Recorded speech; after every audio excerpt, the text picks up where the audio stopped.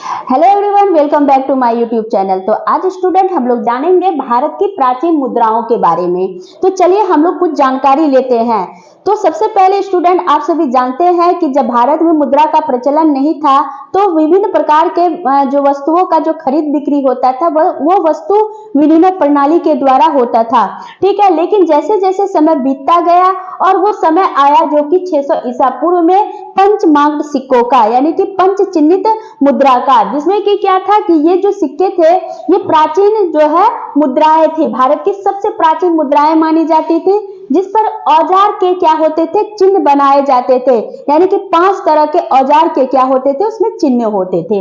दूसरा बात करते हैं गुप्त कालीन स्वर्ण मुद्राएं, जो कि 320 ईस्वी ईसा पूर्व से 550 ईसा पूर्व में इसका प्रचलन हुआ और सम्राट चंद्रगुप्त द्वितीय और अन्य गुप्त राजाओं के समय की ये जो है मुद्रण कला और शिल्प कला की उत्कृष्टता को क्या करती है, गुप्त कालीन स्वर्ण मुद्राएं दर्शाती है।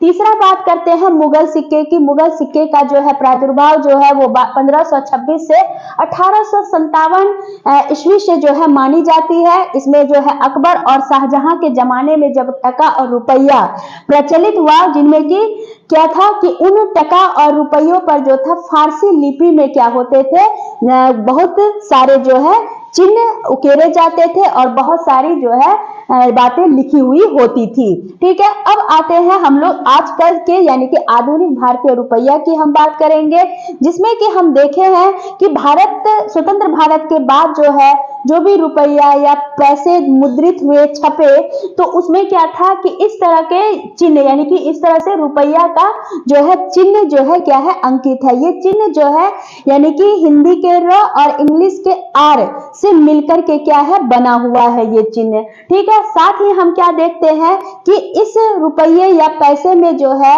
वो क्या होते हैं, अशोक के स्तंभ चिन्ह होते हैं और भारतीय धरोहर के चिन्हों के सहित होते हैं। साथ ही जो है महात्मा गांधी का जो है क्या होता है, उसमें मतलब कि छाप होता है। तो इस तरह से हम क्या देखेंगे कि भारत के जो रुपये हैं या फिर सिक्के हैं उसमें जो है आधुनिक रूप से उसमें मूल रूपे ये सारी चीजें देखी जाती है। इस